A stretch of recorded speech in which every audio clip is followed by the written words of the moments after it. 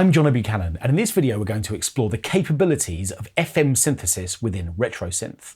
Retro Synth actually has 4 separate sound engines, and most of the time when we sort of flick through presets, we're greeted with a kind of analog page, which provides us with classic subtractive synthesis. But the FM page over here allows us to build very different types of sounds. Now, I grew up in a generation where the Yamaha DX7 was one of the best-selling synthesizers of the 1980s.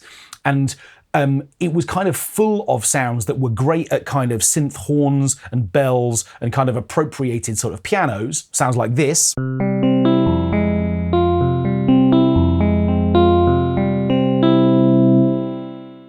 Which, to be honest, right now sound a little bit kind of cheesy and dated. And so it's really easy to kind of overlook the capabilities of FM when actually it's capable of some really interesting things. And what we're going to do in this video is to start to build some pads that feel kind of rich and organic and have just got a slightly more,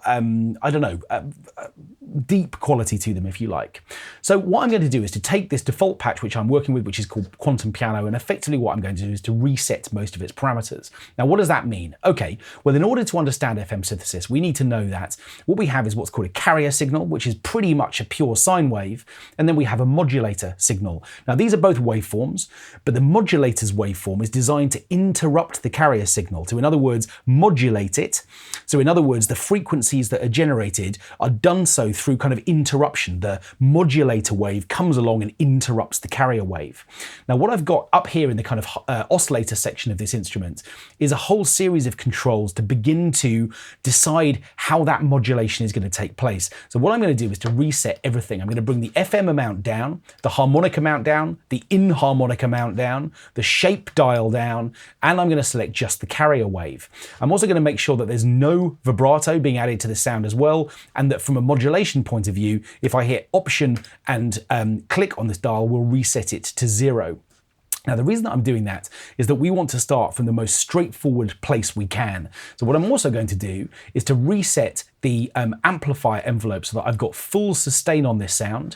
I haven't got any filter envelope, and I'm not using any LFOs either. Now, this should provide a completely sort of static sound, a sound that's just sustained and really sort of basic and straightforward.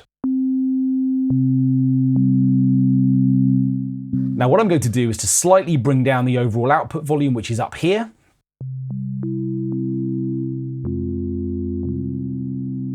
Okay, and now what we've got is much more kind of organ-like sound, which is coming from this very pure sine wave, which is the carrier signal.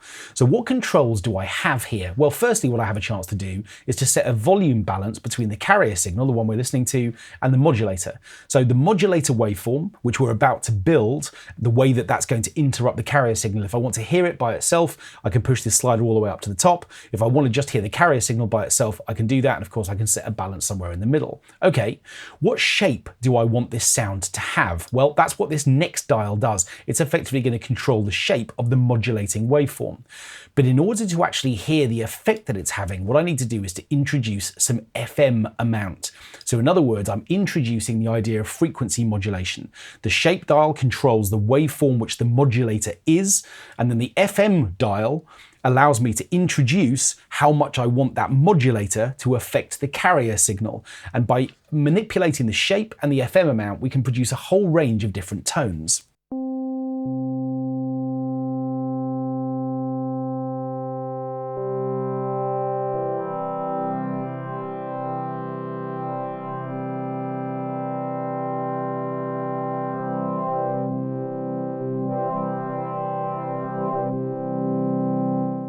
Now, so far, we've still got a sort of a collection of sort of tonal characteristics which sort of feel relatively predictable. In other words, as we push up the FM amount, we're not going into sort of wild sonic territory. We're hearing kind of a brighter, slightly more evolved, but nevertheless still relatively basic sound.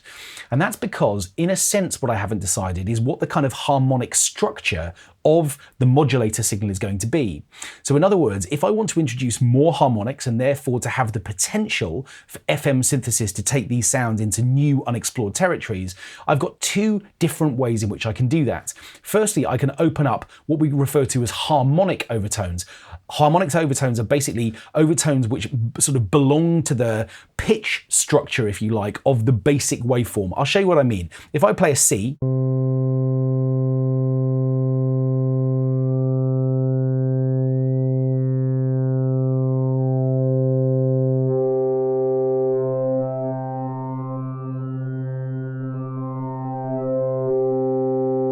we're hearing a kind of musical, natural collection of overtones which feel like they belong to the kind of pitch center of the note that I'm playing. But if I add inharmonic pitch overtones, we get into totally different sonic territory.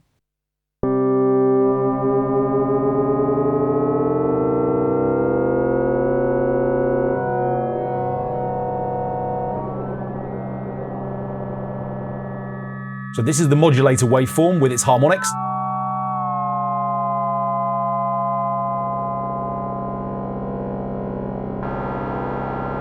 And there it is with lots of FM synthesis basically applying itself to the basic carrier wave. Well, this isn't a pad sound. Not really. Okay, what we've got is kind of really big, sort of almost spring reverby kind of sounding noise, which is interesting in its own right, but not necessarily particularly musically useful. Now, what I'm interested in is exploring the areas which are just kind of above, if you like, sort of this basic sound that we started out with. Remember, we started all the way down here with all of these sliders at 0, this kind of very natural kind of organ sound as a result. Well, what happens if we start to introduce a few harmonics, a few inharmonics, and a little bit of FM synthesis without going crazy?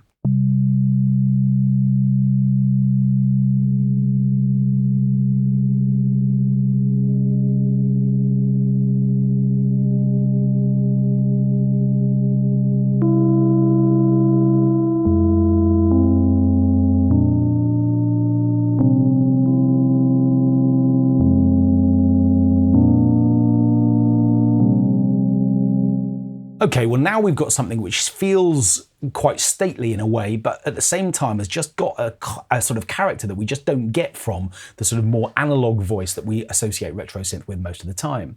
But I can take things on a little bit further. What I'm actually going to do is to also introduce some modulation.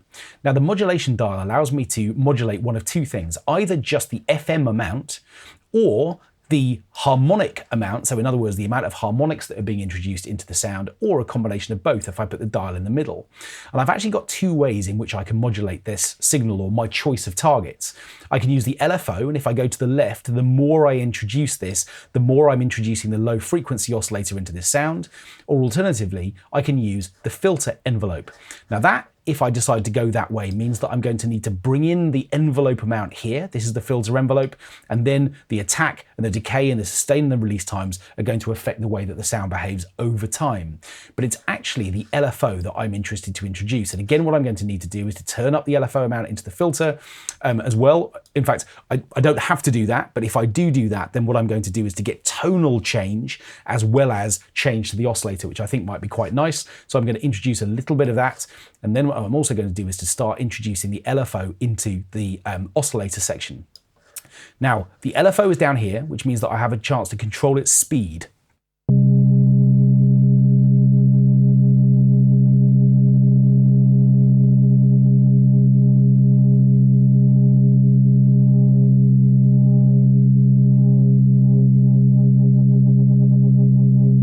Again, the more FM I'm using and the more harmonics I'm adding, the more sort of significant these changes will be.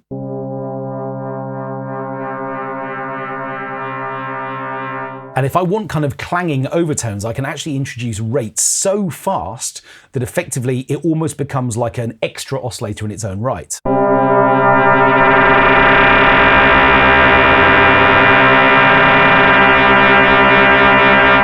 Giving me this really kind of driven overtony sound. Now again, because I want something relatively simple, what I'm actually going to do is to back these dials right back down again and just find a little sweet spot here.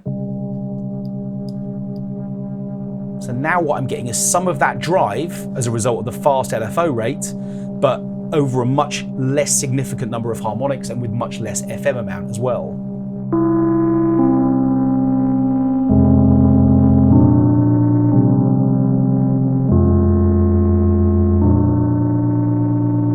And if I want less LFO, then I can do that. just simply by backing the amount down.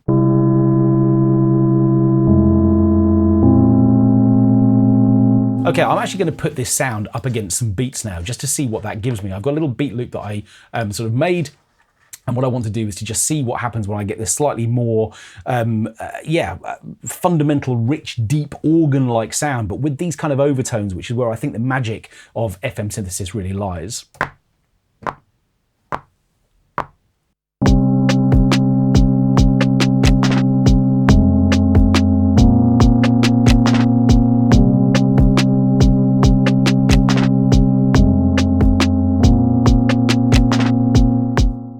Okay, so there's my overall sound. I'm just going to make this interface a little bit smaller for a moment, just so we can see it, and again, just quantize that so it's just playing back in time. And having recorded this part, obviously I can continue to explore its parameters, just beginning to play around with adding more inharmonic and harmonic sort of overtones, experiment with FM amounts, the amount of LFO that I'm applying as well. And you can see that with tiny little changes, the sort of character of this sound will change pretty significantly.